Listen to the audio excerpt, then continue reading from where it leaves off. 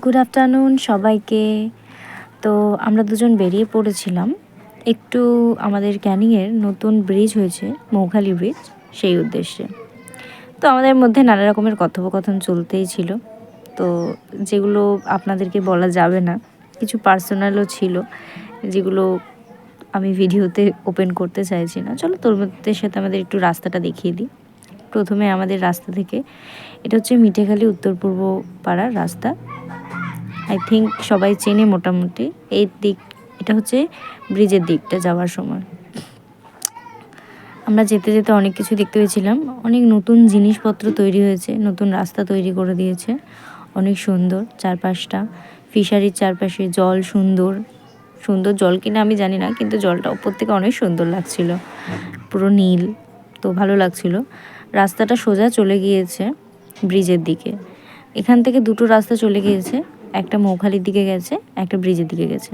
Bridge থেকেও মৌখালিতে যাওয়া যায়, আমি ঠিক জানি না সঠিক। আমি ক্যানিংয়ে থাকলেও আমি ক্যানিংয়ের অর্ধেকই কিছু চিনি না। তো তোমরা দেখতেই পাচ্ছ রাস্তাটা, আরও অনেক কিছু তোমাদেরকে দেখতে পাবে। এটা হচ্ছে ক্যানিং থেকে নেমে তোমরা টোটোতে করেও যেতে পারো, আর হেঁটেও আসতে পারো। দিদি বলছিল, আমার সাথে যিনি ছিলেন তার নাম পরিচয় করিয়ে দিই, অঙ্কিতা সরকার। তার বাড়ি হচ্ছে তালদিতে। যেতে যেতে আমরা অনেক কথা বলছিলাম, জায়গাটা অনেক দিন পরে গিয়েছি, অনেক সুন্দর লাগছিল, তো আরও অনেক কথা বলছিলাম। এখন কিছু আমরা বেরিয়েছিলাম বিকেলবেলার দিক করে, ঠিক 4টের দিক করে বা 4:30 দিক করে। রাস্তাটায় অনেক লোকজন থাকে যদিও এই টাইমটাতে, কিন্তু সেদিনকার আমরা তেমন লোকজন দেখতে পাইনি। অনেকটা হাঁটা রাস্তা, কিন্তু যেহেতু সমস্যা নেই, এখন পাকা রাস্তা হয়ে গিয়েছে, ইট ফেলা রাস্তা হয়ে গিয়েছে, তাই জন্য আমাদের কোনো অসুবিধা হয়নি হাঁটতে। চারপাশে নদী দেখতে দেখতে, অ্যাকচুয়ালি নদী না, ফিশারি ছিল নদী, কিন্তু সেটাকে বন্ধ করে দিয়ে এখন হয়ে গেছে ফিশারি, যেখানে মাছ চাষ করা হয়। কারা মাছ চাষ করে, কোথা থেকে করে সেটা আমি জানি না, কিন্তু করে। অনেক মাছ দেখেছি, তোমরা চাইলে এসে ভিজিট করতে পারো, দেখতে পারো, অনেক সুন্দর প্লেস, ফটোশ্যুট করতে পারো। আই থিঙ্ক ক্যানিংয়ের মানুষরা ফটোশ্যুট করতে এখানে আসবে না, ক্যানিংয়ের মানুষরা আরও ভালো বেটার জায়গায় যাবে, কিন্তু যাদের এই ধরনের প্লেস অনেক পছন্দ তারা এখানে এসে ভিজিট করতে পারো। আমরা দুজন একটু নিজেদের মুখ দেখাদেখি করছিলাম, অনেক ভাল লাগছিল সূর্যটাকে দেখতে। রাস্তার মাঝখানে দাঁড়িয়ে দিদি এখানে নেমেছে, নোংরার মধ্যে নামতে বারণ করলাম, তাও নেমে গিয়েছিল। বললাম যে ওখানটায় নোংরা থাকে, নামিস না। যেহেতু রাস্তাটা ঢাল করেছে তাই জন্য ওখানটায় নেমেও একবার দেখছিল যে ওখানটায় কী আছে।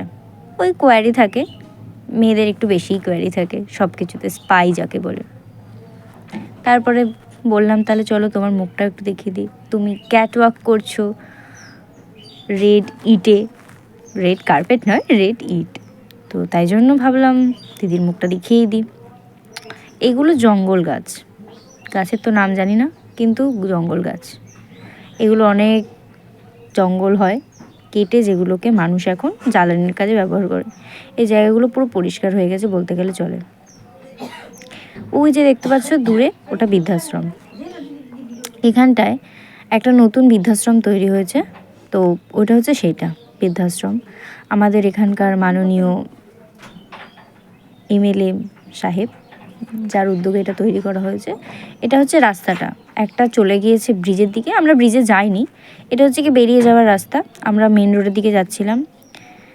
বৃদ্ধাশ্রমটার নাম দেখে নাও, সবাই দেখতেই পাচ্ছ বৃদ্ধাশ্রমের নাম কী আছে। অনেক বড় জায়গা, অনেক বড় প্লেস, এখানে এখন ভিজিটও করছে লোকে, এখানে অনেকে থাকেও, আমি জানি না কতজন থাকে। এটা হচ্ছে আমাদের ক্যানিংয়ের পুরাতন বাড়ি, লর্ড ক্যানিংয়ের বাড়ি।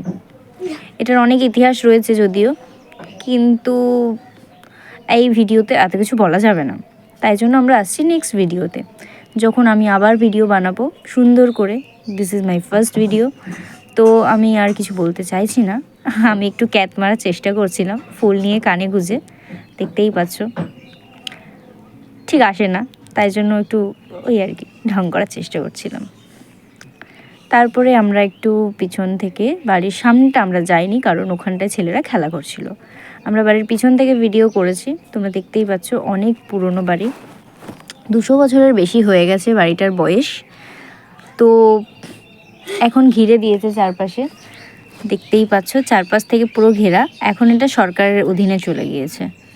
তো ওরা এখন এটার ভেতরে ছেলেরা খেলা করে, আর চারপাশে লোকে ঘুরতে এলে ছবি তোলে, ফটোশ্যুট করে। এখন আবার ভিডিও, আমরা ওখান থেকে রাস্তা দিয়ে চলে গেলাম সোজা, বেরিয়ে গিয়ে মেন রোডে এসে পড়লাম।